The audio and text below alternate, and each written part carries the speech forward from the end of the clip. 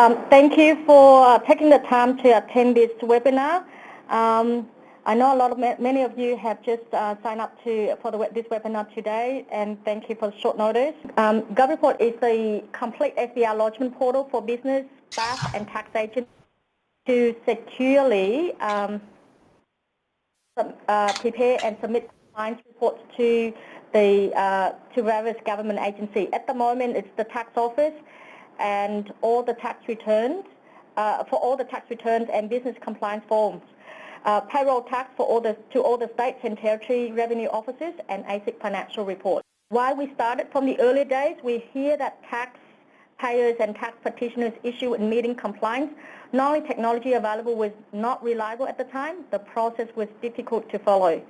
We learned that they were in desperate need for more efficient, cost-effective, and more streamlined system to manage their business and personal affairs from the simplest to most complicated arrangement.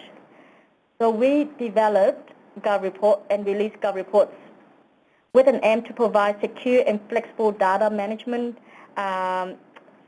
services with locally hosted cloud applications. We integrate and map data source to make your workflow process easier. It is a direct and end-to-end service available at the fingertips with online access.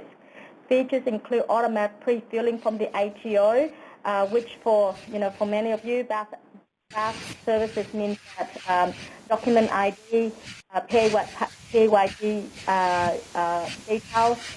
Yep, for tax agents, the pre-filling is only semi pre-filling, so very soon it's going to be fully automatic pre-filling. And of course, software, because we integrate with so many software, you can import the data directly. For those that are on desktop software, there is options to upload upload backup files and so forth. So we try to automate as much as possible. Of course, electronic record keeping, it's a lot easier than the actual files that we normally do in the past.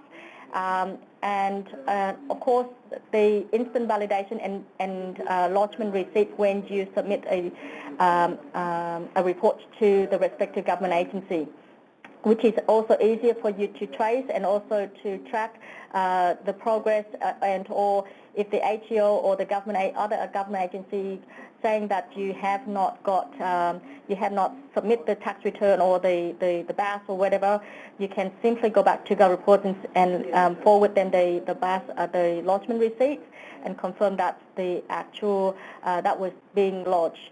Of course, the lodgement is in real time, and what that means is that when the typical example that I can think of right now is that when a BAS agent submit a PAYG payment summary for a client, Zach, if you can't hear anything, there's a few people that raising queries. Just give me one moment. Going back to lodgement in real time, when the BAS agents lodge a PAYG, the tax immediately within a minute or so, the tax agent's portal will be updated with the details and can do the tax return for that particular employee. Authentication process, certainly at the moment we have, the emailing from GovReports is approved by the ATO. Of course, the organizing is not so good as with digital signature. So that I will go through the process later. I will go through the process or the features when log into GovReports itself, the demo, and of course the save and resume options, which you already have known, and basically you can work at your own pace. The amend and revise lodge reports already it has been already there for those of you that want to that once you've done the lodgement, you can do the amendment, or you can lodge the amendment, and of course even though it might not have been lodged in GovReport previously, and of course a lot more features.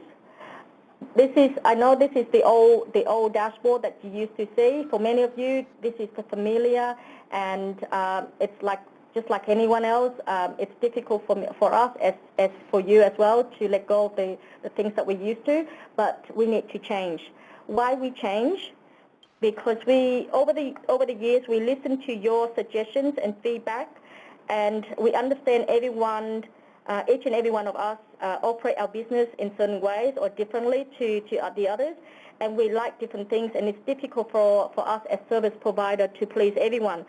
Moreover, as we want to introduce so many services, and with better workflow, there was no alternative option for us except to introduce the new dashboard.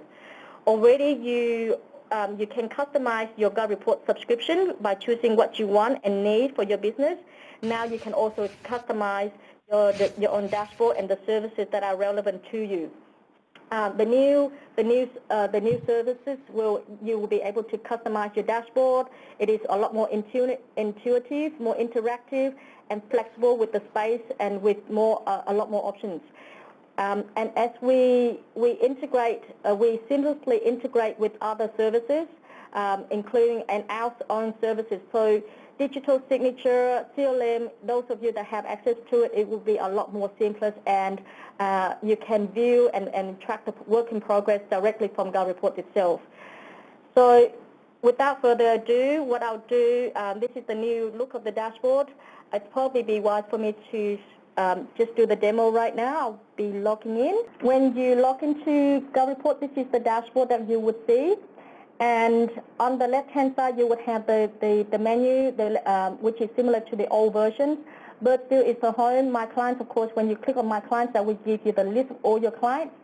And My Users is a list of all your users that you have that have access to that you have give access to the account with the control of what you want them to see and lodge.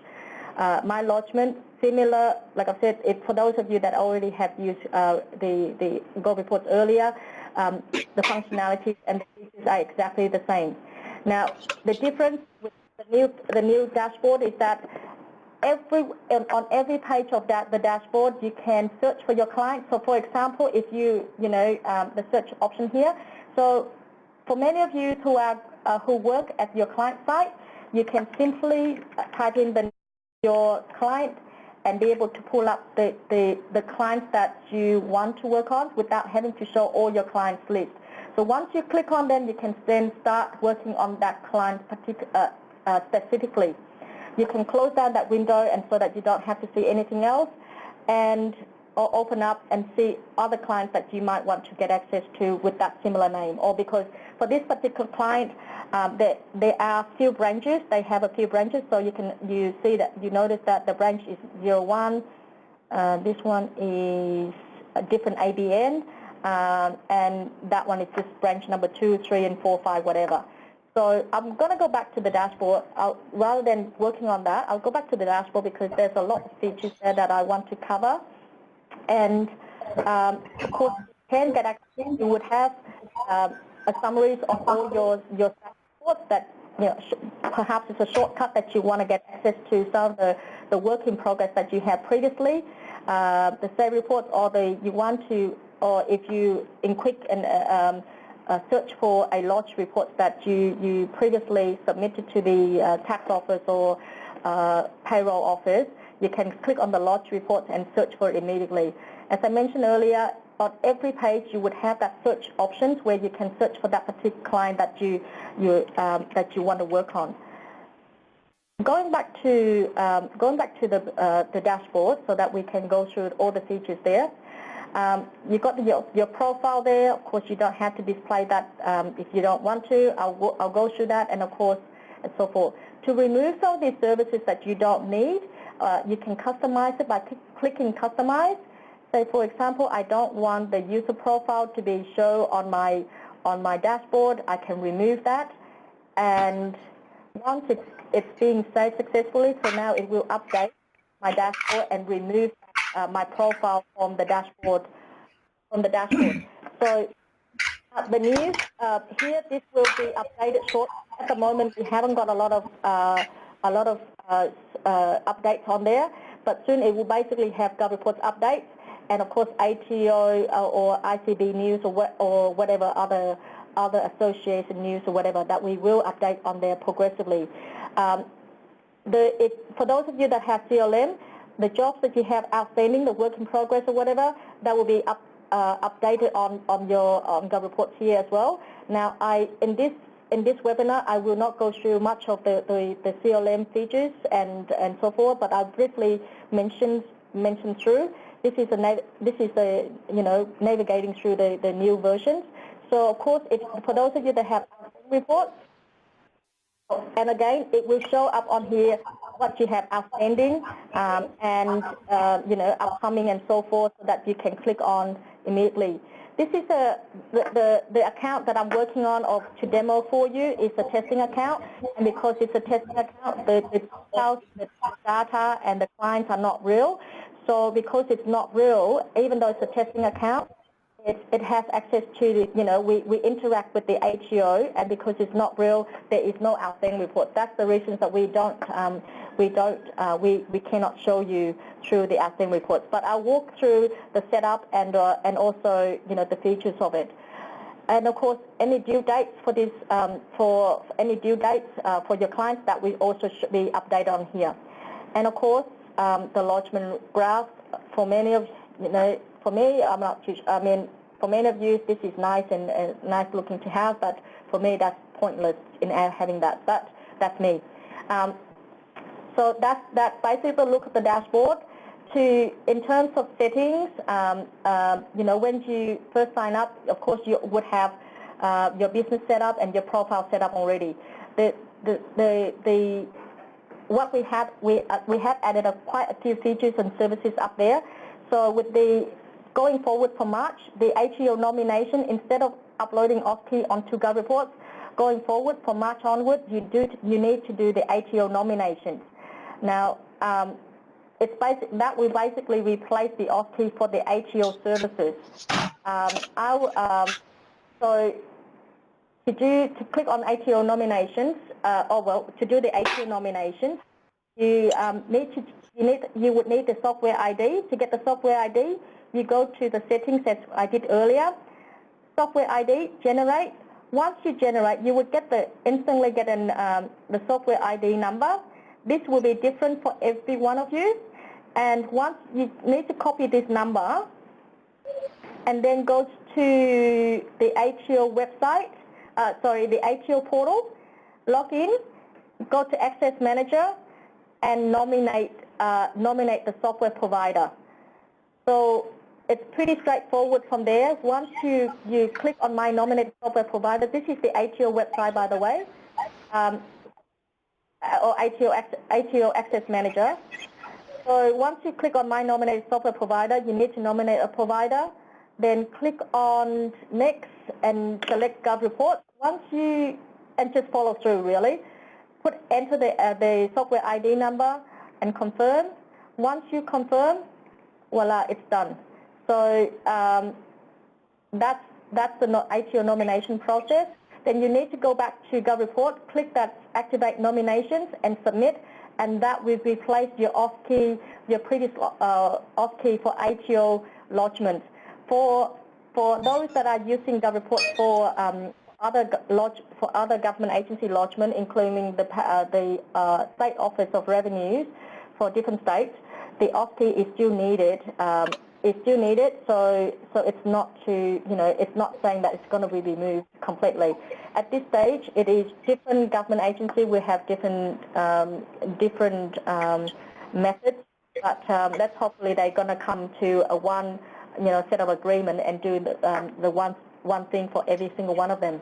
So for me, I won't click on that because this is a testing account. So I'll go back to where we were before, in Homes.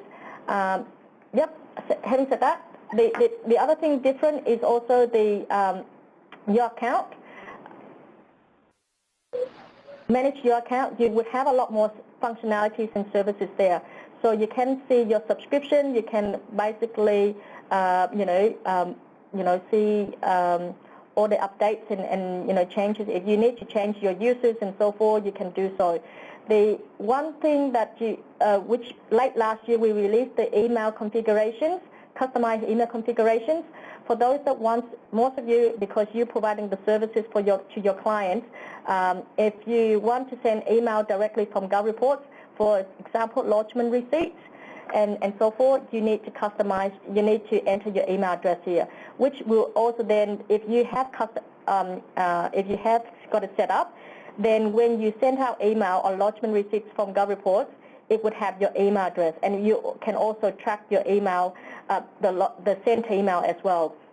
To do that, you click on the email settings, edit email settings from the right-hand side here, the right-hand corner. Incoming emails is when you do lodgement, and it will, GovReport would ask whether you want a lodgement receipt. If you want that, that will be coming into your email inbox. Now, the outgoing emails is when you are sending emails to someone else other than yourself. So your clients, you want to send an email to your clients and so forth, you can set it up here. So those that have Google, Gmail or Yahoo, that's pretty straightforward. For those that have your own emails, like for example, your ABC Proprietary Limited or whatever email, .com.au, then you need, the setting will be exactly as you would have set up for your, when you add email onto your phone, you need to put that on, you need to do the same settings. So the SMTP server and port and so forth, you need to enter those details. Once you've done that, then, and of course copy and paste your email signature, you can also put it there, so that when it's sent out, your clients will recognize that it's you that has sent the reports, and coming from your email, they can easily recognize your the friendly email that has been sent to them. They are common. We are updating because a lot of things we're still adding on features into GovReports. It's currently, what you're seeing at the moment is only about maybe 70–80%, and we're still adding more features and services in through. So at the moment there is a help guide in there, but it's not, I wouldn't say it's not 100%, because I'm not happy with it as well. We're not happy with it. It's just a temporary solutions that we have there, but it will be updated very shortly. As when we complete all the services, it will be finalized. But yes, it will be there. So once you've done that, save it.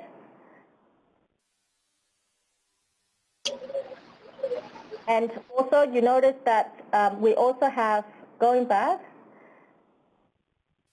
I will go back to, okay, now we also recently released the security settings. Security settings, which means that, because, look, there is, whether you like it or not, this way the most software application at the moment works is that once you have any software, you log into any software, even your banking accounts, once you log in, it will ask you whether you want to save your password, and Google does save your password or whatever. So there is no security, and we hear a lot of hackings and so forth, so we have added additional security onto our report. You can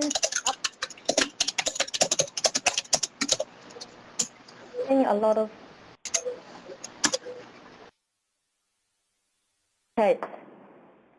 so you can do the setup, the additional setting, security setting by clicking two-step authentications.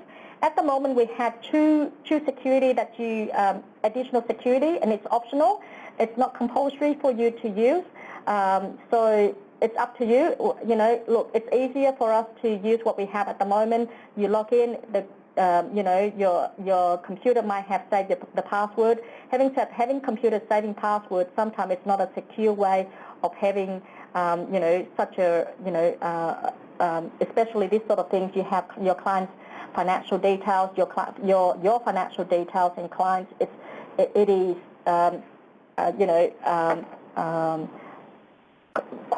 it is very confidential. So, like I said, if you want to activate the additional security security for login, for that one at the moment is basically each time that you log in, GovReport will send you a password, and you need to enter the password. That password is only being used for once only, and then the next time you log in, it will send you another password to your email. Now, some of you might like it, some of you might not. It's up to you to use it or not. We will release another security, another similar one to this as additional, so that you can also set, you can use the same password for every time you log in. It's just additional. Or you can have, which is this one, or you can have both of them. Accessing reports, so that each time that you log into GovReports and you access the client's reports and so forth, it would ask you, you need to enter the security questions, answer the security question that you set yourself. So once you set it, then each time that you enter, someone log into your account, and you log into your account and you want to access the reports, your client's financial reports, you need to answer security. So it's up to you, having one or both or three. The other security will be released soon. When we release that, we possibly will also show it to you. But at the moment, there are two additional securities that you can add to your account, and that's optional. So I'm going back to home, and that's basically all the settings. And of course, where the 9 dots is, that's where all your applications, if you want to access to other applications within GovReports itself that you have subscribed to, you can access it from here. I'll walk through the digital signature or digital authentications shortly later, but let me go through the lodgement process, or how you lodge for a client. As I mentioned earlier, if you want to, for those of you that want, you can go directly into the client that you want to lodge for and select the client, and that will come up with the client's data that you want to work on. Or you can click on My Clients, and that will give you a list of all your clients. Thanks, Dia. I'll go through that shortly later as well, so you can, how do you archive the clients as well. So this will give you the list of all your clients. If you select from here, similar to the old dashboard or the old GovReports, the older version of GovReports, you would have the client's name, tax file number, or if it's a tax agent, or just ABN, and of course, under Action, you can view the client's details, or you can get access to the forms immediately from there.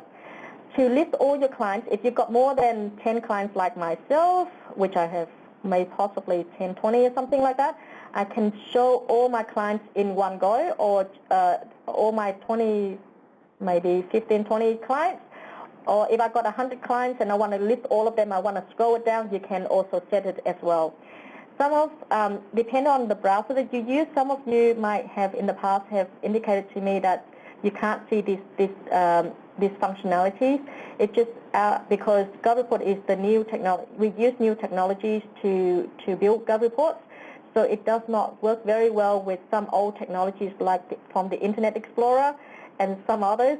But having said that, because it just means that we have, in developing, we need to look at how our technology works with other technology.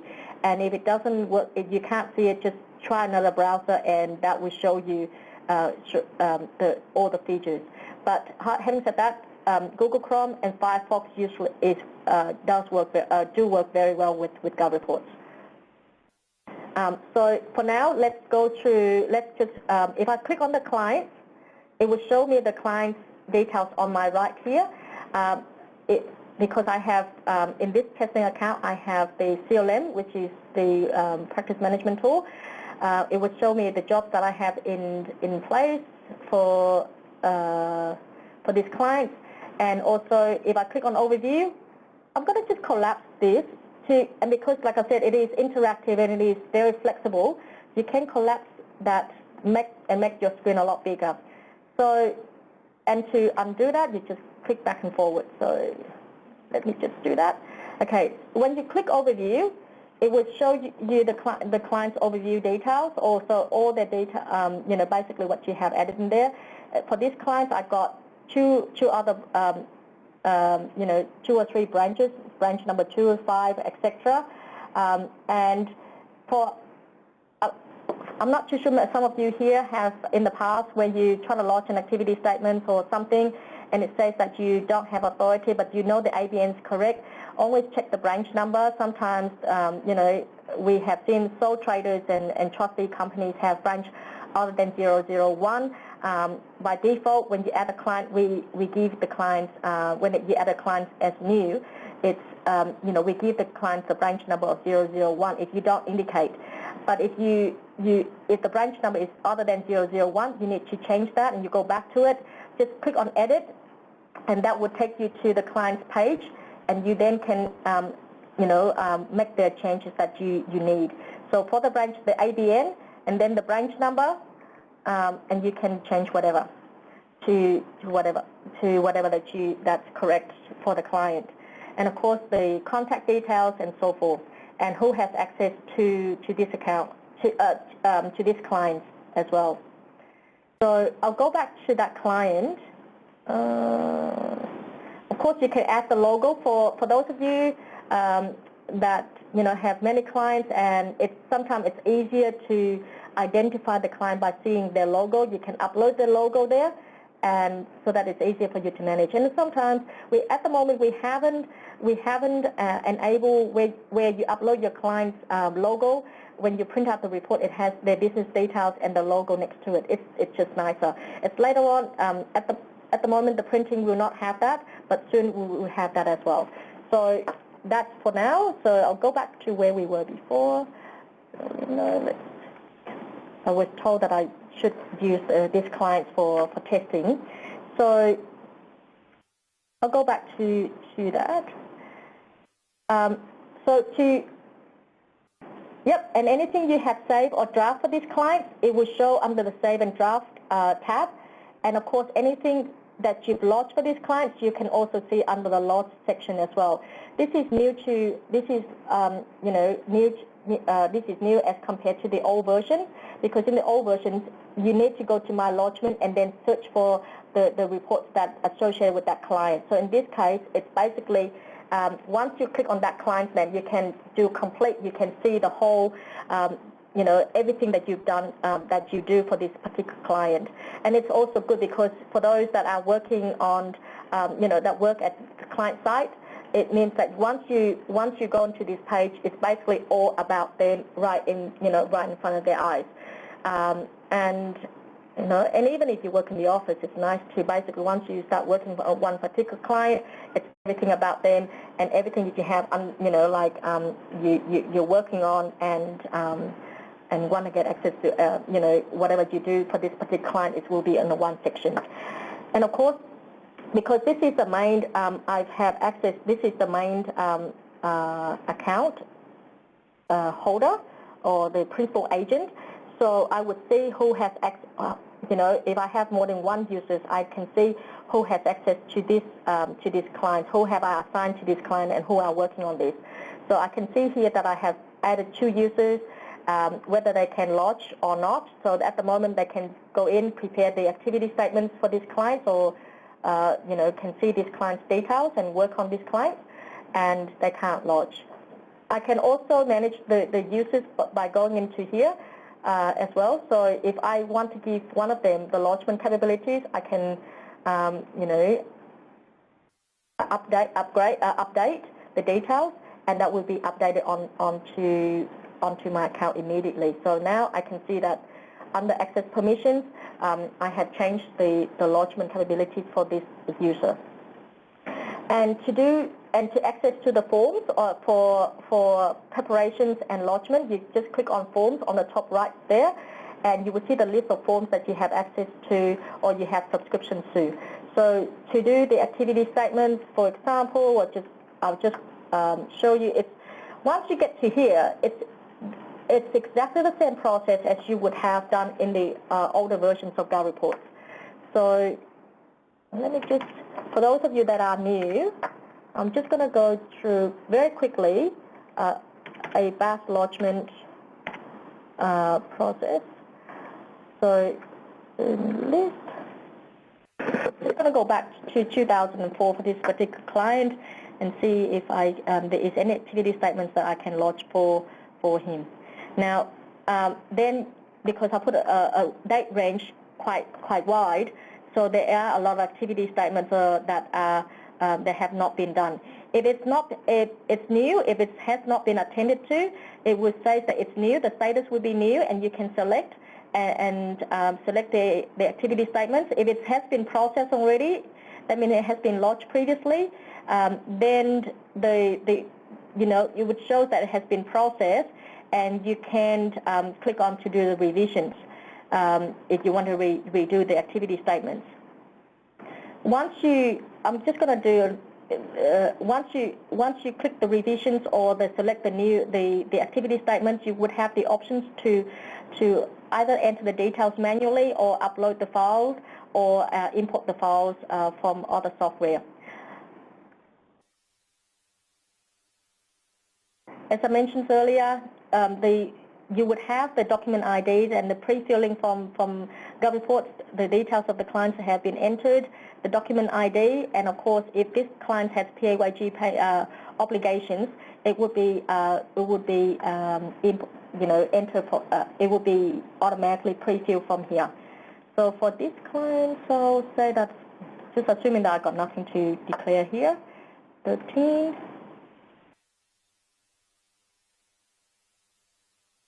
Once you need to, of course, once you're ready to submit, you need to sign off. Normally, you would save and validate and send an email to your client to make sure that you have the approval to lodge, or they're happy with the work, the report that you have prepared. So if you save and validate, and then once it's validated, that means it's checked with the ATO. It's checked with the figure. The figures have been checked, but with the ATO and validated it. Once it's been saved and validated, you then can send it to your clients and ask for approval. You can also, there's also another options where you can save, validate, and send for signature. That's if you've got digital signature. For those of you that have digital signature, you can send and you can validate and send for digital signature directly from there. Once it's been saved and validated, it will take you to the save reports, and you notice that all the save reports, it will have the name, the form name, the company's name, the branch, and the period, and of course whether the status. Just look at the status, make sure that it's valid. If it's draft, it means that it cannot be lodged. If it's valid, that means you can click on it or you can. Now this functionality, if you click on it, it will open up. If you tick it, it will basically give you the option to lodge the selected or delete the selected. If you untick that and click on it, it will take you to. It will open up the activity statements that you have prepared. You can close that. Just remember the function, the arrow back and forward, so you can open it, or you can add other screen on. So because this is a valid report, you can print, you can email to your clients. If you, like I said, if you can email to your clients and get authorization from them if you haven't got digital signature. Like I said, because we customize the emails, so when we send the emails to myself or to the client, it would have the email that I nominated earlier, that I set up earlier. And of course, with the email signature. So if this is not a real email, so I won't, that's a client, so that's not a real email, so that won't work. But if I send it to myself, that would be, this also is not a real email as well, so I won't send it to myself. But you can change the subject, you can type in anything that you want to type, and of course the contents of the emails as well. So it's up to you, how you send it. But for those of you that have digital signature, you can click on there and then send for signature, and organize send for signature. Now, of course, CLM is, like I said, it's integrated, like seamlessly into GovReports. So you can, from here, you can create a job, create a new task, and add it to, and might get someone else to follow up or something like that. It's depending how you work in your business, how you work your business. So or create a job from there. So everywhere you can, it's a lot more flexible than our previous options. So give you a lot more flexibility to adjust to your adjust and work on your business. Now, if you want to edit the report, you have to click on edit and maybe go in to change the figures and so forth. So otherwise, if to send for signature, now what I'll do is I'll send this for signature, email for digital signature. Once you click send for signature, it will take you to the digital signature dashboard, because you might have a lot more that are in progress at the moment, and it's logging me out.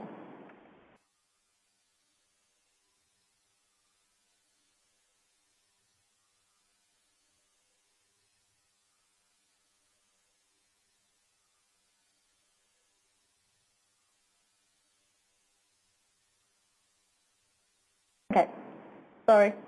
I might click on something too quickly. So now it's logging into GovReport's digital signature. I'm preparing that report to send out to clients.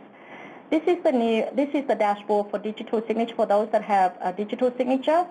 Now you've got the file, the IAS that I have validated earlier there, and then if I need to add more documents, I can upload the documents. Add document. Click on Add Document. For example, you might have the authority to lodge letter that you want to attach. You can also upload the files there. So click on Upload Files, and it will basically allow you to upload the additional documents. It has to be something else other than the GovReport's documents for additional documents, because we won't allow for two GovReport's generated documents to be sent at one time. So for the IAS, for this particular one, if you want to add that letter of engagement or letter of authority, you can do so. But otherwise, if this is all good for you to send through, just send that through. You can also add additional recipients of this activity statements as well. Sometimes there might be two partners in the business, and they both need to sign, or one of them needs to sign, but the other one needs to see the activity statement. It might be the accountant. So you can add additional users, and then give them a different designations rather than a once you add in the details.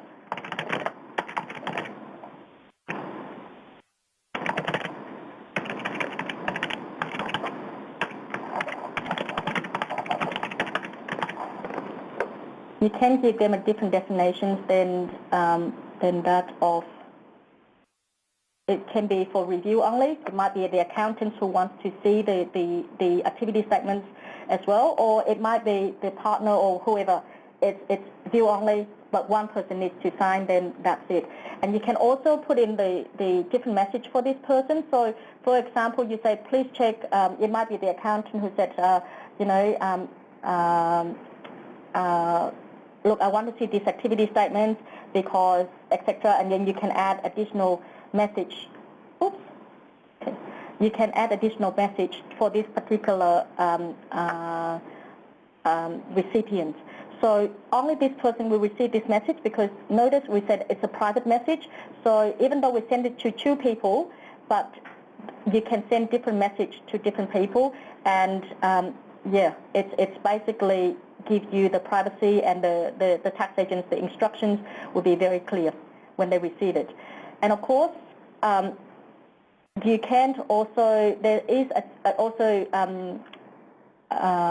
reminder expiration. So because activity statements, unfortunately, most of this is compliance reports that you prepare, so it would have a deadline.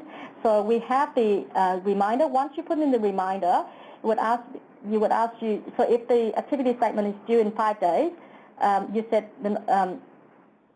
who do you want to send it to, and how many, like when do you want it to be reminded, and so forth. And of course, when if if this is due in 5 days, of course in 10 days, this document, whatever that the email that you sent this for digital signature, it won't be useful. So basically, if you change that, if you say that it's in 6 days, it's useless. So they need to sign another, you might need to, prepare another activity statement or something. So basically, then, and how many times you want this notification, how often do you want this notification to come out until the client sign. So it's basically will save you the time once you've got this already set up. So let me just say notifications to 1 day after receipt and repeat every day. Document expire in 6 days and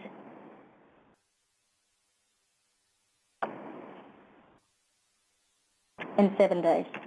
Okay, once we save that, that's done, and then we can click next. This is basically all the settings that is done for this activity statement. Now you can mark where you want the client to sign. So once you click on the mouse, just the mouse, because where you place the mouse, that's basically where you want your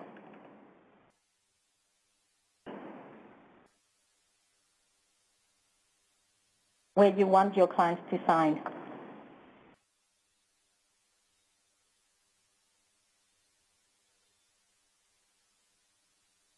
Oh, okay, so sorry. I'm click on the reviewer because I assigned that person additional user for the review. So if you've got 2 people signing, it will, like I said, you can, basically make sure that you mark it where you want that client to sign.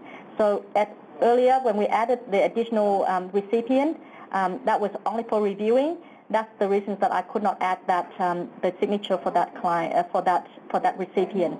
But this person, once you click on it, it will show it will only allow that person to sign and not the other person.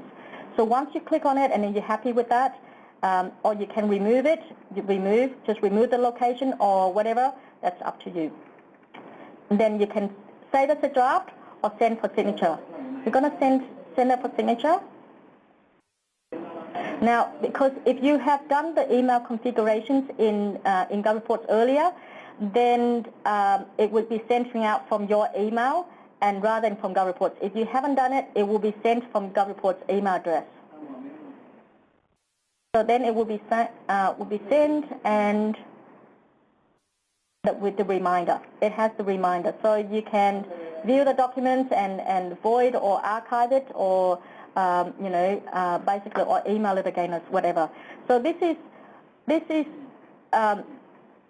it then will go back to all the documents that you have sent or in your folder, in your digital signature, what has been sent, what has been drafted, and etc. You would have a list of things there and you can track it. Or digital signature, Carmen, you just asked me a question. Digital signature is an additional or an optional service. It's $129 per year plus GST, and it's just an additional service if you want to use that. So once my documents will basically, basically list out all the things, the activities that you have done or in your pipeline, and you can see the status for it as well.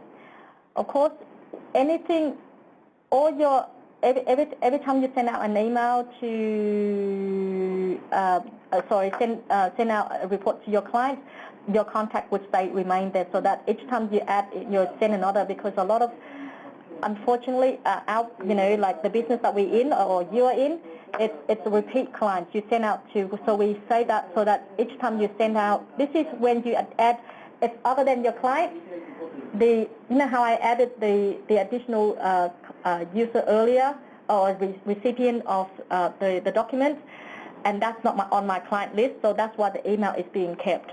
So of course, if I have a lot more clients, the clients will not be, email will not be listed here. These are additional recipients, document recipients that you have sent out. Of course, because it's a two-way, it is a digital GovReports digital signature allows you to not only your clients to sign, but also for you to sign for all those legal documents. It might be, your email, your signature is required as well. So on the document, so you can create your your own signature, so that if you are to sign one of the legal documents, you can also do so as well. So to click new.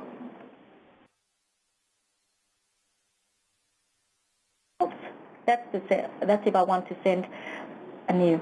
Sorry, if I want to change my signature, just click on change, and that would basically, I can upload the signature. I can, scan my signature on a piece of paper, sign my signature on a piece of paper, scan it, and upload the signature.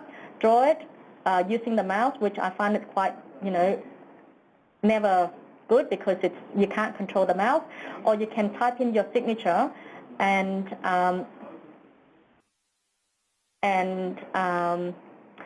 basically use that as well. ATO these days are quite a lot more easier, as they do accept not only email approval, but also, so digital signature is even better. So it's up to you. You can change the font however you want, and if you would prefer that, then it would be fine as well. Once you've done that, that's done. You can remove it or you can change it, up to you.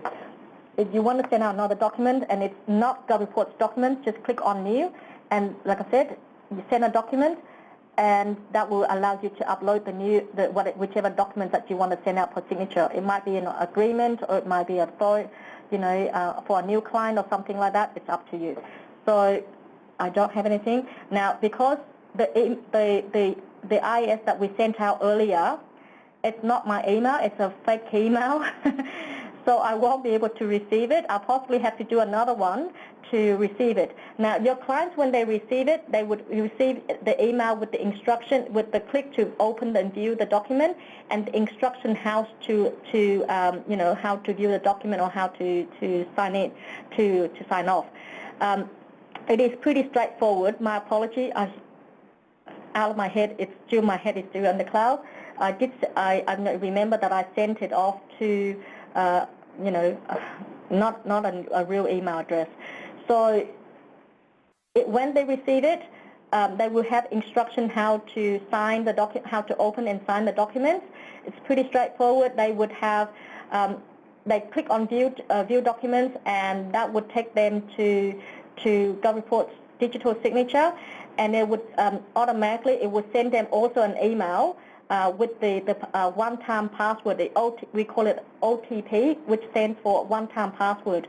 That will be sent to their email. This is to ensure that the person is opening that email is the intended person that you sent out to receive that activity statement or that report to sign. So that person would then have to go back to their email and get that password, the 6-digit password, put it in to open to view the documents. At the end of the day, it is a financial document which has their financial details, ABN, and sometimes it's tax file number and personal financials information. So we want to ensure that they have security. The one-time password, so they would be able to enter. Once they sign it, they go in. They set up their signature, and just as you did earlier, and save it, and basically use it to sign the documents. It's probably be a 20 seconds or 30 seconds process to sign. They can also open it and access to it from their phone if they have email on their phone, and be able to open and sign that as well. So pretty straightforward. Now, for those that want to know more about digital signature, I do have planned for webinar, the digital signature webinar, in more details. But for now, that's basically, that's all I can cover. I'll go back to Save Reports. Now, this has not been updated, but if I click on the view and go back to, I got logged out. Sorry. If I go back to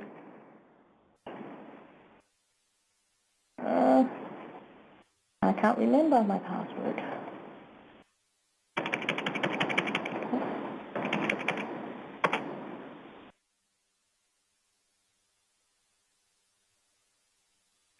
This is good when the password is being saved. I don't have to remember, but like I said, if we have everything saved on Google, sometimes it can be unsaved.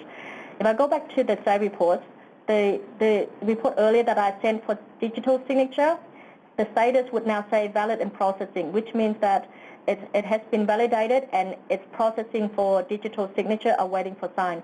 If it has been signed, then the status would be valid and signed. Valid and signed. So that means that, notice the valid and signed. So it means that you now can, lodge it, lodge the reports. So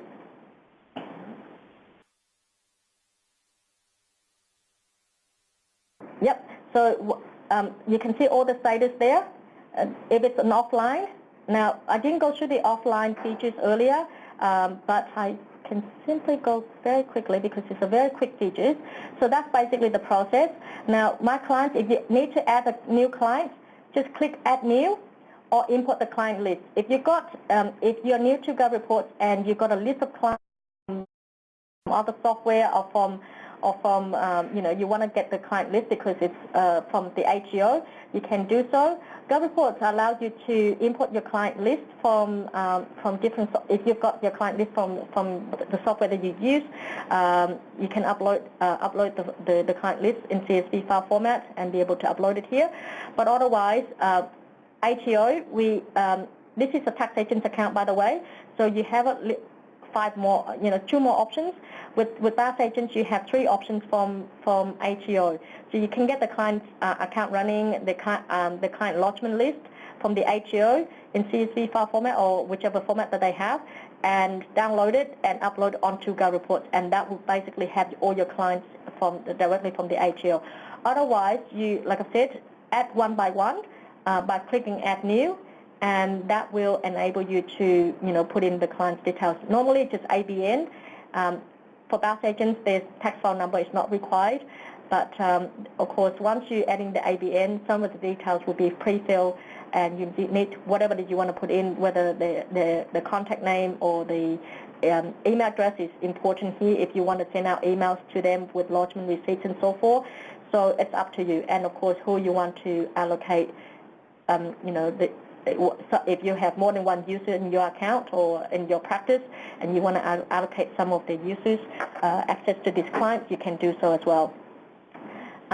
My users, you can add new users in, and like I said, make sure that you allocate the role to them, because if you don't give them, you add the client, you add the user, but you don't allocate the user license, it would not be activated. Once you put in the user license, and then it will take you go back to my users and manage their role, which clients you want them to get access to, and I think let me see. I can do another one so to show you how that's being done.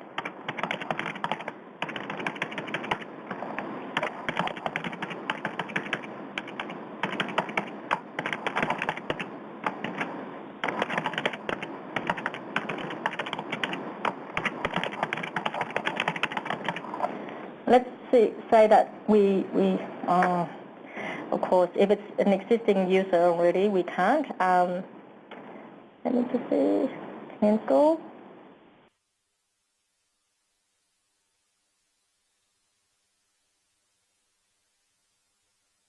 Okay, all right. Yep. So if it's already an existing users, it will not allow you to add in new.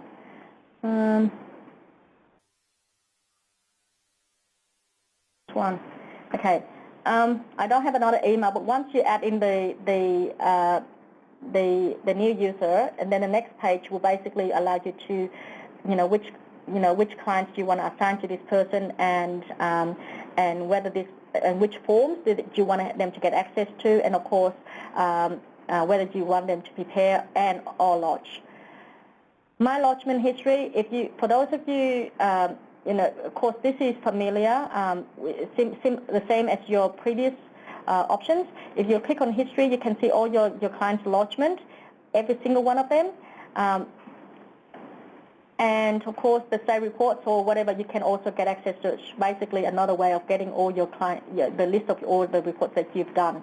Now, for those of you that have outstanding reports, outstanding report would be the setting would be from My Lodgements. You click on here and you would have additional service here. It would say the outstanding reports. Once you click on that, this is where, of course, My Lodgements is basically about your account. So you do the outstanding report from My Lodgements, but for each and every one of your clients, the outstanding reports would be, you can do individually as well. Now, Via, you asked me earlier how to archive a client. I'm sorry, I forgot to answer your questions.